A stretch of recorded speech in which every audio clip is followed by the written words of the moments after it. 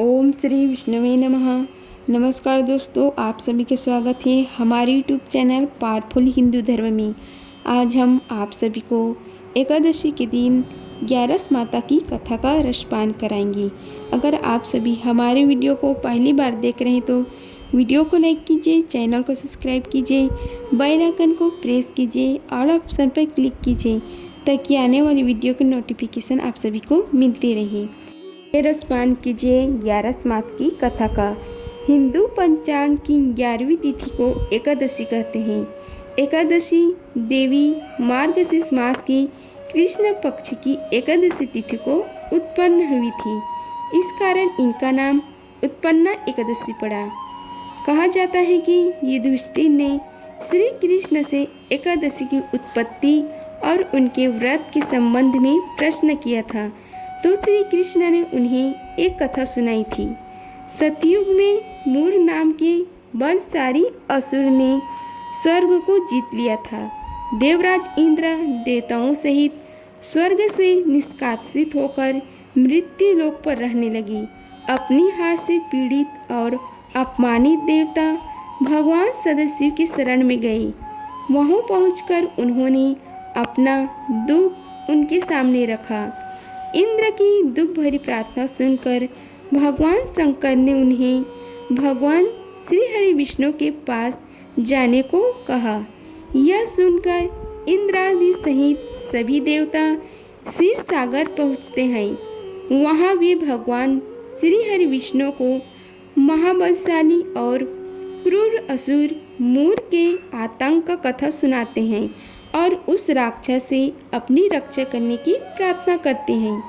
भगवान श्री हरि विष्णु देवताओं को विश्वास दिलाते हैं कि वे जल्द ही मूर का वध कर उन्हें उसके अत्याचारों से मुक्ति दिलाएंगे। भगवान विष्णु और राक्षस मूर में काफ़ी लंबा युद्ध चलता रहा।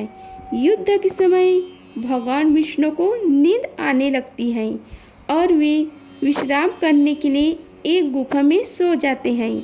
भगवान विष्णु को सोता देखकर मूर उन पर आक्रमण कर देते हैं, लेकिन इसी दौरान भगवान विष्णु के शरीर से एक कन्या उत्पन्न होती है। वे मूर से युद्ध करने लगती हैं और उसका वध कर देती हैं। भगवान विष्णु को नींद खुलने पर पता चलता है कि किस तरह उस कन्या ने मूर का वध कर उनकी रक्षा की है। यह जानकर वे अति प्रसन्न होते हैं और कहते हैं कि एकादशी तिथि को मुझसे उत्पन्न होने के कारण तुम उत्पन्ना एकादशी के नाम से विख्यात होगी। इस तिथि पर मेरा ध्यान करते हुए जो भी तुम्हारा व्रत और पूजन करेगा उसके सभी कष्ट दूर हो जाएंगे और उसे मोक्ष की प्राप्ति होगी। अब हम आप सभी को योगिनी एकादशी व्रत की कथा का रसपान कराते हैं। आइए रसपान कीजिए कथा का। धर्मराज युधिष्ठिर कहने लगे कि हे भगवान, मैंने ज्येष्ठ शुक्ल एकादशी व्रत का महात्म्य सुना। अब कृपया आषाढ़ कृष्ण एकादशी की कथा सुनाइए। इनका नाम क्या है, इनका महात्म्य क्या है, ये भी बताइए। श्री कृष्ण कहने लगे कि हे राजन, आषाढ़ कृष्ण एकादशी का नाम योगिनी है। इसके व्रत से समस्त पाप नष्ट हो जाते हैं। यह इस लोक में भोग और परलोक में मुक्ति देने वाली है। यह तीनों लोकों में प्रसिद्ध है। मैं तुमसे पुराणों में वर्णन की हुई कथा कहता हूँ, तुम ध्यानपूर्वक सुनो। स्वर्ग धर्म की अलकपुरी नामक नगरी में कुबेर नाम का एक राजा रहता था। वह शिव भक्त था और प्रतिदिन शिव की पूजा किया करता था। हेम नाम का एक माली पूजन के लिए उसके यहाँ फूल लाया करता था। हेम की विशालाक्षी नाम की एक सुंदर स्त्री थी। एक दिन वह मानसरोवर से पुष्प तो ले आया, लेकिन काम सख्त होने के कारण वह अपनी स्त्री से हास्य विनोद तथा रमण करने लगा। इधर राजा उसकी दोपहर तक राह देखता रहा। अंत में राजा कुबेर ने सेवकों को आज्ञा दी कि तुम लोग जाकर माली के न आने का कारण पता करो, क्योंकि वह अभी तक पुष्प लेकर नहीं आया। सेवकों ने कहा कि हे महाराज, वह पापी अतिकामी है, अपनी स्त्री के साथ हास्य विनोद और रमण कर रहा होगा। यह सुनकर कुबेर ने क्रोधित होकर उसे बुलाया। हेममाली राजा के भय से कांपता हुआ उपस्थित हुआ। राजा कुबेर ने क्रोध में आकर कहा, अरे पापी नीच कामी, तूने मेरी परम पूजनीय ईश्वरों के ईश्वर श्री शिव जी महाराज का अनादर किया है। इसलिए मैं तुझे श्राप देता हूँ कि तू स्त्री का वियोग सहेगा और मृत्युलोक में जाकर कोढ़ी होगा। कुबेर के श्राप से हेममाली का स्वर्ग से पतन हो गया और वह उसी क्षण पृथ्वी पर गिर गया। भूत पर आते ही उसके शरीर में श्वेत कोढ़ हो गया। उसकी स्त्री भी उसी समय अंत ध्यान हो गई। मृत्युलोक में आकर माली ने महान दुख भोगी। भयानक जंगल में जाकर बिना अन्न और जल के भटकता रहा। रात्रि को निद्रा भी नहीं आती थी, परंतु शिव जी की पूजा के प्रभाव से उसको पिछले जन्म की स्मृति का ज्ञान अवश्य रहा। घूमते घूमते एक दिन वह मार्कंडेय ऋषि के आश्रम में पहुंच गया, जो ब्रह्म से भी अधिक वृद्ध थे और जिनका आश्रम ब्रह्म की सभा के समान लगता था। हेममाली वहां जाकर उनके पैरों में पड़ गया। उसे देखकर मार्कंडेय ऋषि बोले, तुमने ऐसा कौन सा पाप किया है जिसके प्रभाव से यह तुम्हारी हालत हो गई है। हेममाली ने सारा वृत्तांत कह सुनाया। यह सुनकर ऋषि बोले, तुम निश्चित ही तूने मेरे सम्मुख सत्य वचन कहे, इसलिए तेरे उद्धार के लिए मैं एक व्रत बताता हूँ।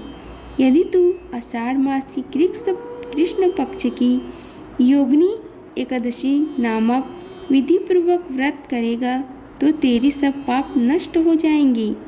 यह सुनकर हेममाली ने अत्यंत प्रसन्न होकर मुनि को साष्टांग प्रणाम किया। मुनि ने उसे स्नेह के साथ उठाया। हेममाली ने मुनि की कथा अनुसार विधि पूर्वक योगिनी एकादशी को व्रत किया। इस व्रत के प्रभाव से अपने पुराने स्वरूप में आकर वह अपनी स्त्री के साथ सुखपूर्वक रहने लगा। भगवान कृष्ण ने कहा, हे राजन, यह योगिनी एकादशी का व्रत 88,000 ब्राह्मणों को भोजन कराने के बराबर फल देता है। इसके व्रत से समस्त पाप दूर हो जाते हैं और अंत में स्वर्ग को प्राप्त होते हैं। हम आप सभी को एकादशी में किए जाने वाले उपाय के बारे में बताते हैं। योगिनी एकादशी के दिन तुलसी पेड़ के सामने घी का दीपक अवश्य जलाइए। साथ ही भगवान श्री हरि विष्णु के मंत्रों का जाप भी करें। इसके अलावा योगिनी एकादशी के दिन तुलसी की पूजा के दौरान पौधे की 11 बार परिक्रमा करें। इस उपाय से परिवार की सभी परेशानियां दूर होती हैं। एकादशी के दिन आप भगवान श्री हरि विष्णु को फल में केले का भोग लगाइए, क्योंकि केले के पत्तों का विष्णु जी की पूजा में अधिक प्रयोग किया जाता है। इस दिन श्री हरि को सिर्फ एक तुलसी के पत्ते का भोग लगा दे तो वह शीघ्र ही प्रसन्न हो जाते हैं। ध्यान रहे, तुलसी का पत्ता एकादशी, रविवार, ग्रहण और पूर्णिमा के दिन नहीं तोड़ना चाहिए। एकादशी के दिन शिवलिंग पर अभिषेक करते समय ओम नमः शिवाय मंत्र का जाप करें। इसके बाद चांदी के लोटे से शिवलिंग पर दूध चढ़ाइए। इसके बाद तांबे के लोटे से शुद्ध जल चढ़ाइए। योगिनी एकादशी पर गंगा जल में हल्दी मिलाकर भगवान विष्णु का अभिषेक करें। इस उपाय को करने से सोया हुआ भाग्य भी चमक उठता है। एकादशी के दिन तुलसी पूजा करने के बाद पीपल के पेड़ पर भी जल चढ़ाएं और पूजा करें। पीपल के जड़ में सुबह 1 लोटे जल में थोड़ी सी चीनी मिलाकर अर्पित करें और सुबह शाम घी का दीपक जलाएं। मान्यता है कि एकादशी के दिन पीपल के वृक्ष में भगवान विष्णु वास करते हैं। इस एकादशी पर पीपल के वृक्ष की पूजा करने से सभी पाप नष्ट हो जाते हैं तथा मृत्यु के बाद स्वर्ग की प्राप्ति होती है। पीपल सबसे सुंदर पौधा है। इसकी जड़ बहुत दूर तक जाती है। लोग इसे घर के आसपास लगाना पसंद नहीं करते। सभी लोग विशाल पीपल के वृक्ष की पूजा करते हैं। हालांकि कोई भी इसके फल के लिए नहीं लड़ता, क्योंकि पीपल का फल मनुष्य के खाने योग्य नहीं रहता। हालांकि शास्त्रों में कोई विशिष्ट समय का उल्लेख नहीं है लेकिन आम तौर पर शाम को सूर्य अस्त के बाद गोधूली काल के दौरान, जिसे संध्या कहा जाता है, दिया जलाने की सलाह दी जाती है।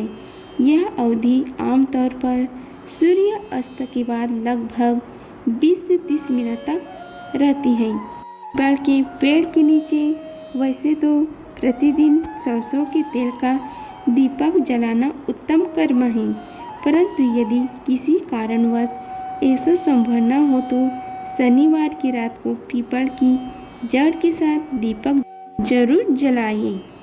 योगिनी एकादशी के दिन तुलसी के पौधे की पूजा करें तथा देसी घी का दिया जलाएं और तुलसी जी की आरती करें। आशीर्वाद प्राप्ति के लिए पौधे की 7 बार परिक्रमा करें। गेंदे के फूल लगाएं। शुभ लाभ पाने के लिए उत्तर दिशा में गेंदे के फूल अवश्य लगाएं। हिंदू धर्म में एकादशी के दिन तुलसी में दीपक जलाना शुभ माना जाता है। इसके पीछे तर्क यह है कि तुलसी को देवी लक्ष्मी का प्रिय पौधा माना जाता है और दीपक जलाने से देवी लक्ष्मी प्रसन्न होती हैं। अगर आप सभी को हमारी वीडियो पसंद आई होगी तो वीडियो को लाइक कीजिए, चैनल को सब्सक्राइब कीजिए और कमेंट बॉक्स में ओम नमो भगवते वासुदेवाय लिखिए। धन्यवाद। मिलते हैं अगले वीडियो में। तब तक के लिए जय श्री राधे कृष्णा।